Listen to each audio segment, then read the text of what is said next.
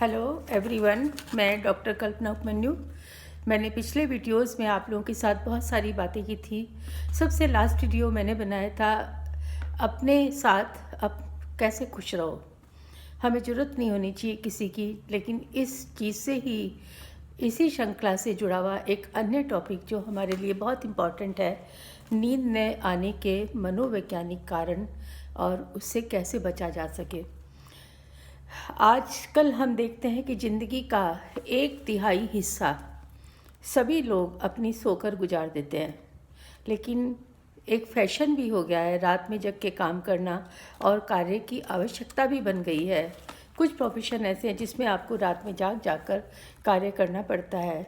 इसके साथ साथ यदि हम देखें कि नींद न आने के बहुत सारे शारीरिक कारण होते हैं जिसकी वजह से हमारी नींद उड़ जाती है। जैसे कोई सांस में तकलीफ़ आपके अंदर होती है, या कोई कार्डिक प्रॉब्लम है, डिप्रेशन आपको किसी तरह से हुआ है, एंग्जाइटी आपके अंदर है, और स्ट्रेसफुल कंडीशन है, या कोई अन्य ऐसी बीमारी है जिसकी वजह से आप परेशान होते हैं। तो ये ऐसे बायोलॉजिकल कारण से, कोई बॉडी में पेन होना, इन कारणों से नींद का उड़ना एक नेचुरल प्रोसेस है।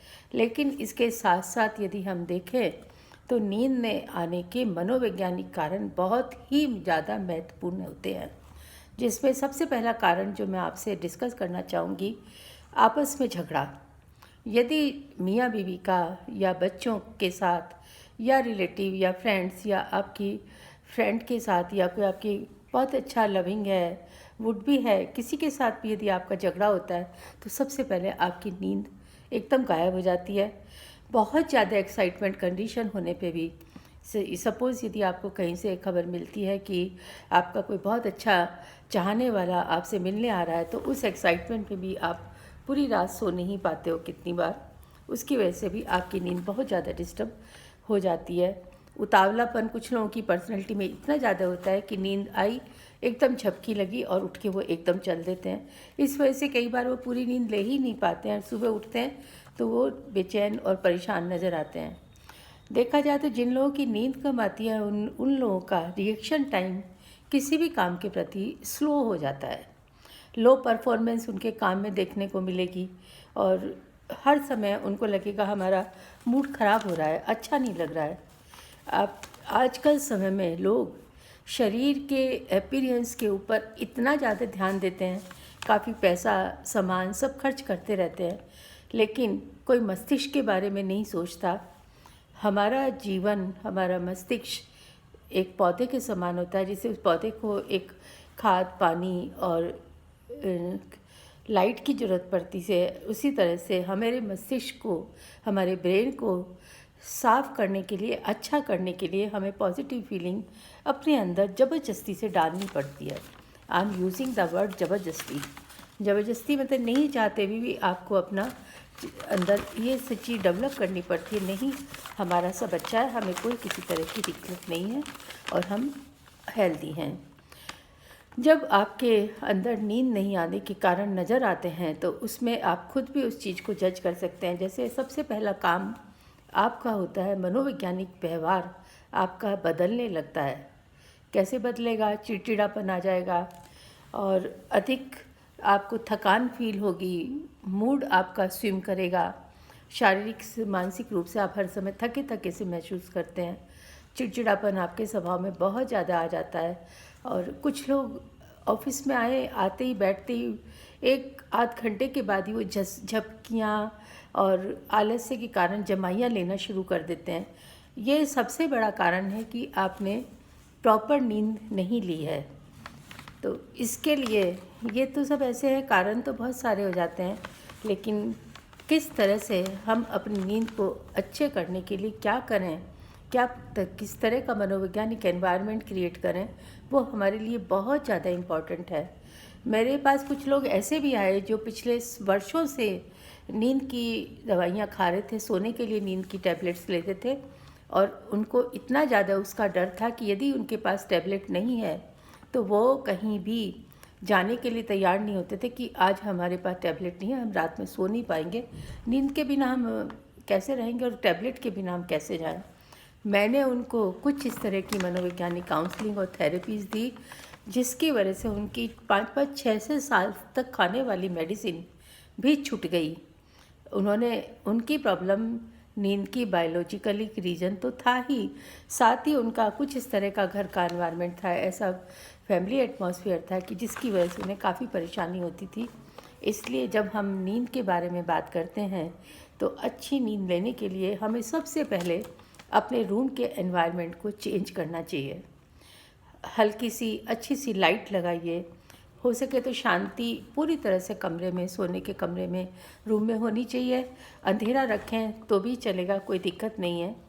इसके साथ साथ कुछ लोग घर में पालतू जानवर पेट्स वगैरह पाल लेते हैं जो नींद को अक्सर डिस्टर्ब कर देते हैं। कुछ लोगों के यहाँ पेट्स घरों में रात में भी बैठ के आसपास घूमते रहते हैं, उसकी आवाज़ से भी आदमी प्रॉपर साउंड स्लीप नहीं ले पाता है, डीप स्लीप में नहीं जा पाता है।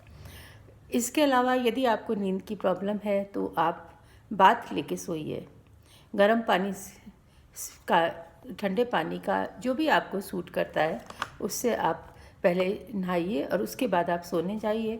यदि मौसम थोड़ा चेंज है और आप उस चीज़ को नहीं कर पाते हैं तो उसके लिए फिर आप उसमें गर्म पानी के अंदर या नॉर्मल पानी के अंदर आप अपने पैरों को डालकर थोड़ी देर बैठिए। गरम तेल का मसाज भी अपने पैरों में, हथेलियों में आप करिए, उससे भी आपको अच्छी नींद आने के लिए एक अच्छा साधन बन जाता है। जैसे आप देखिए छोटे बच्चों को अक्सर सोने से पहले बॉडी मसाज करके उनको एटलीस्ट हथेलियाँ पंजों पे मसाज करके उनको सुलाते हैं। चाय कॉफ़ी ऐसा है, ज़्यादातर लोगों को कहा जाता है कि रात के समय चाय कॉफ़ी ना लें, लेकिन कुछ मैंने ऐसे भी देखे हैं जो चाय कॉफ़ी पीने के साथ साथ भी वो आराम से नींद ले लेते हैं। लेकिन यदि आपको चाय कॉफ़ी पीने से दिक्कत होती है तो चाय या कॉफ़ी का, सिगरेट का, शराब का सेवन ना करें तो अच्छा है। और जो दिन में कम से कम सोने की आदत बनाएं। यदि बहुत ज़्यादा आदत आपको लेटने की है तो हल्की सी नैप ले लीजिए, लेकिन 3-4 घंटे, 2 घंटे, 1-1.5 घंटा दिन में सोना ठीक नहीं है, क्योंकि हमारे नींद के कुछ आवर्स बायोलॉजिकल क्लॉक के हिसाब से हमारे कुछ आवर्स फिक्स हो जाते हैं, जिसके हिसाब से हमें अपनी नींद का घंटे हमें पूरे करने पड़ते हैं, चाहे आप रात में सो के करिए चाहे दिन में सोइए। ये समस्या कई बार आप देखिए बुज़ुर्ग लोगों में भी बहुत मिलती है कि भाई हम आते ही सबसे पहली शिकायत होती है नींद नहीं आती है, रात भर जागते हैं। लेकिन वो लोग क्या करते हैं, सुबह ब्रेकफास्ट करने के बाद थोड़ा 1 घंटा सो लिए, लंच के बाद 1 घंटा सो लिए, तो उनके कुछ नींद आवर्स तो वैसे ही पूरे हो गए और इसीलिए उनको रात में नींद कई बार कम आती है। इसलिए सलाह दी जाती है कि आप दिन में बैठिए, कुछ भी पढ़िए, टीवी देखिए, इधर उधर घूमिए, वॉक करिए, लेकिन नींद आती है तो हल्की सी नैप लीजिए और बहुत ज़्यादा सोने के लिए टाइम ज़्यादा नहीं निकालना है। लाइट बुक्स की हैबिट आप बना सकते हैं, कोई लाइट बुक हल्का सा पढ़ के आप सो सकते हैं।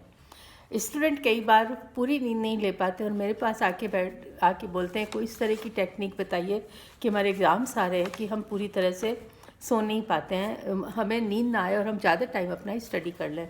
लेकिन मैं सभी स्टूडेंट्स को एक बात कहती हूँ कि पूरी नींद लेना हर एक के लिए बहुत ज़्यादा ज़रूरी है, क्योंकि जो भी हम पढ़ाई करते हैं वो हमारी लॉन्ग टर्म मेमोरी में हमारे अंदर जाके जमा होती है और वही हमारे एग्ज़ाम्स को लिखने में, सब करने में हेल्प करती है। उसके लिए हमें प्रॉपर टाइम का मैनेजमेंट करना पड़ता है, उसके हिसाब से हमें अपनी नींद को सेट करनी पड़ती है। इसलिए ऐसा नहीं है कि आप स्टूडेंट हैं तो 18 घंटे 20 घंटे पढ़ते ही जा रहे हैं और आपका उस तरह से कोई टाइम फिक्स नहीं होता है। अपने कोशिश करिए कि लाइफ में इस तरह का टाइम शेड्यूल बनाएं कि जो आप टाइम खाना खाने से 2 घंटे के बाद ही आप बेड पे सोने के लिए रात में जाइए और अधिकतर समय आप टीवी के साथ गुजारते हैं। लेकिन यदि आपके पास लैपटॉप है, मोबाइल है, टीवी है, तो सोने से कम से कम 1 घंटा पहले आप इन चीज़ों को, इलेक्ट्रॉनिक उपकरण को अपने से दूर कर दो। क्योंकि ये कहा भी गया है इन उपकरणों से निकलने वाली किरणें हमारे मस्तिष्क को जगा कर रखने में काफ़ी हेल्प करती हैं। इसलिए जहाँ तक हो सकता है टीवी, लैपटॉप, मोबाइल, जो भी इलेक्ट्रॉनिक्स इस तरह के आइटम हैं उनसे आपको दूर रखें। और अपने मोबाइल को आप कोशिश करिए जब आप सोने जाते हैं तो मोबाइल को स्विच ऑफ करके आप दूसरे कमरे में या ब्लॉक करके किसी तरह रख दीजिए, ताकि आप 2-3 घंटा आराम से सो सकें और अपने काम को अच्छे से कर सकें। इसके साथ साथ केले के साथ आप दालचीनी पीस कर भी खाएंगे तो आपको नींद अच्छी आती है। खसखस बादाम भी ले सकते हैं, कुछ लोगों की आदत होती है नेचुरल चीज़ें खाने की। पम्पकिन सीड्स हैं, छुआरे हैं, खसखस है, बादाम है। इन चीज़ों का यदि आप इस्तेमाल करते हैं, गर्म दूध आप जो सूट करता है और आप पीकर सोते हैं तो उससे भी आपको नींद अच्छी आने के चांसेस बहुत ज़्यादा होती हैं।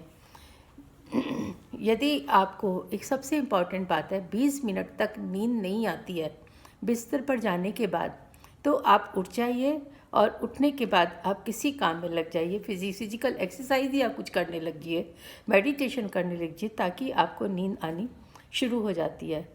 इतना बिज़ी रखिए, इस तरह का वर्कआउट करिए कि पिल्स की जगह आपको खाने की याद ही नहीं आए और ऑटोमेटिकली आप जो है उस नींद के अपने दायरे में चले जाएं।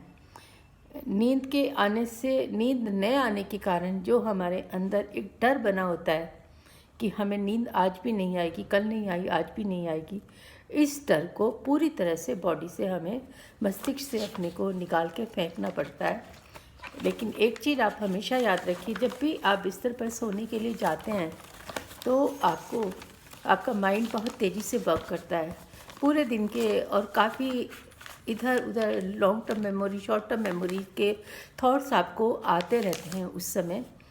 लेकिन हमें नींद जब आती है जब हमारा मस्तिष्क एकदम साइलेंट कंडीशन में चुप हो जाता है, तब हम नींद में आते हैं। और कब हम नींद में चले जाते हैं किसी को पता नहीं चलता है।